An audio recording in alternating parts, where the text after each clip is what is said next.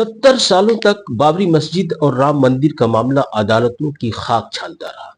2019 में जिस तरह से चीफ जस्टिस रंजन गोगोई के नेतृत्व में बाबरी मस्जिद बनाम राम मंदिर के मामले में फैसला दिया गया और बाबरी मस्जिद की जमीन पर मंदिर बनाने का आदेश दिया गया, उसके बाद से लगातार यह बात दुनिया में चर्चा का विषय है कि भारत के सुप्रीम कोर्ट के इस फैसले पर काफी एतराज जताया गया और ये कहा, यहां तक कहा गया, सुप्रीम कोर्ट ऑफ इंडिया ने फैसला तो सुनाया है लेकिन इंसाफ नहीं किया है।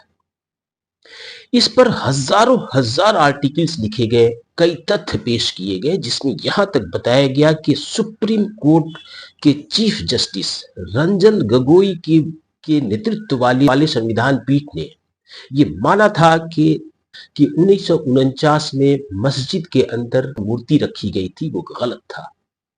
इस फैसले में यह भी कहा गया है कि 1992 में मस्जिद को तोड़ना गलत था और इस फैसले में यह भी कहा गया है जहां पे मस्जिद बनी थी उसका कोई सबूत नहीं है कि वहां पे पहले मंदिर था। इन सब के बावजूद ये फैसला दिया गया और इस फैसले पर लगातार सवाल उठते रहे। लेकिन आज हम जिस शख्स की बात कर रहे हैं, एक वीडियो वायरल है एक हिंदुत्ववादी पत्रकार का, नाम है पुष्पेंद्र कुलश्रेष्ठ। पुष्पेंद्र कुलश्रेष्ठ एक पत्रकार रहे हैं और हिंदुत्ववादी स्पीकर के रूप में काफी सुने जाते हैं।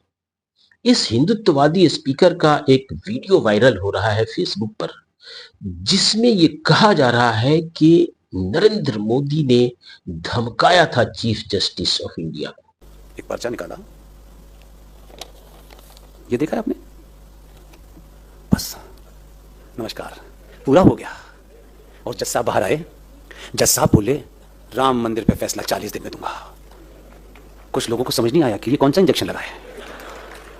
और फिर 40 दिन के बाद फैसला आया, राम मंदिर यहीं बनेगा, यही मंदिर है।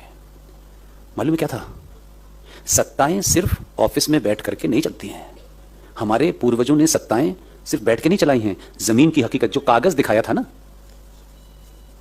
वो कागज उनके दामाद का था। उनके दामाद कहीं किसी राज्य सरकार में जज हैं जो करप्शन में फंसे हुए थे। जैसे ही उन्होंने फैसला दे दिया, हम आप भारत माता की जय, हम सब खुशी खुशी घूम रहे थे, लेकिन पीछे का जो होमवर्क है वो नहीं पता किसी को। उसने फैसला देने के बाद निगाह गड़ा के रखी कि ये रिटायर किस दिन होने वाले हैं। वो जिस दिन रिटायर होकर तेजी तेजी से बाहर आए और घर पे पहुंचे, वो ये जानता है मनुष्य मनुष्य है, उसमें लालच भी है, उसमें सब कुछ भी है, उसमें द्वेष भी है, उसमें बदला भी है। वो कोई खाली नहीं छोड़ता, पता नहीं कब बहक जाए। बहकने के तो पैसे लगते नहीं है। वो घर पहुंचे का रिटायरमेंट के बाद जब वो घर पहुंचे तो एक आदमी पहुंचा और एक लिफाफा दिया उनको, सर ये आपके लिए।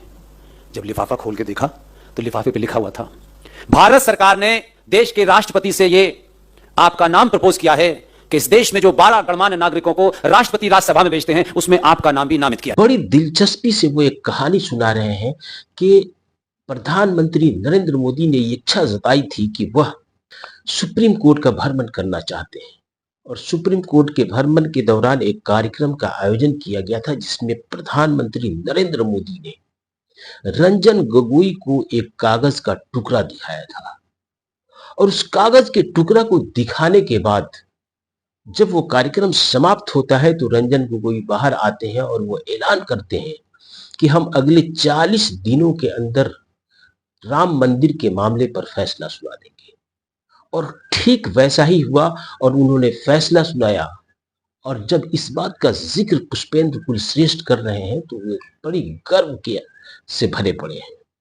उनके अंदर हिंदुत्व की भावना और सनातन की भावना 7वें आसमान पर है और इस अहंकार बोध में पुष्पेंद्र कुलश्रेष्ठ ये कह रहे हैं कि अगर कोई सत्ता चलाने वाला व्यक्ति कुछ ऊंच नीच भी करता है, कुछ गलत भी करता है, तो उसे सही माना जाना चाहिए, क्योंकि इससे हमारी संस्कृति, इससे हमारा सनातन धर्म की स्थापना होती है और सनातन धर्म के स्थापना के लिए किसी भी तरह के गलत काम किए गए तो ये कोई बुरा नहीं है।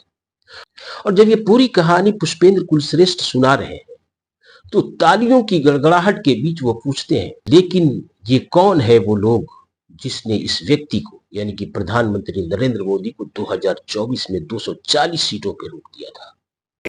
राम मंदिर का फैसला आ गया, आप समझ रहे हैं। इसलिए मैंने कहा कि भाई जो दिखता है उसके पीछे भी कुछ होता है।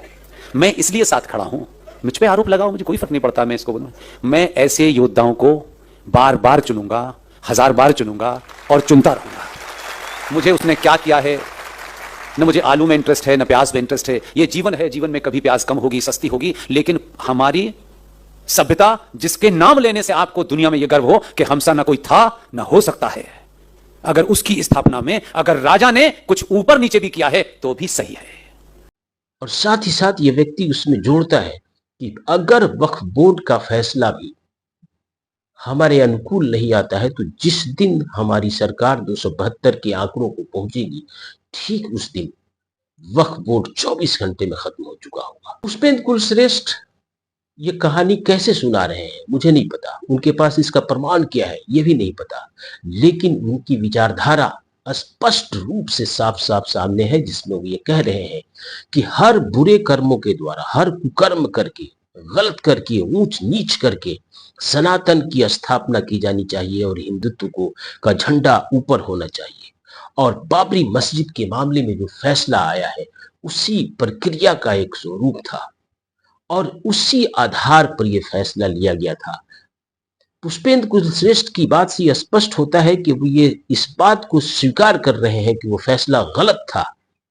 पुष्पेंद्र कुलश्रेष्ठ ये स्वीकार कर रहे हैं कि प्रधानमंत्री नरेंद्र मोदी ने जो किया वो गलत जरूर था, लेकिन हिंदुत्व के या सनातन के स्थापना के लिए, उसके वर्चस्व को स्थापित करने के लिए अगर कोई सत्ताधारी व्यक्ति गलत भी करता है तो वो सही माना जाएगा।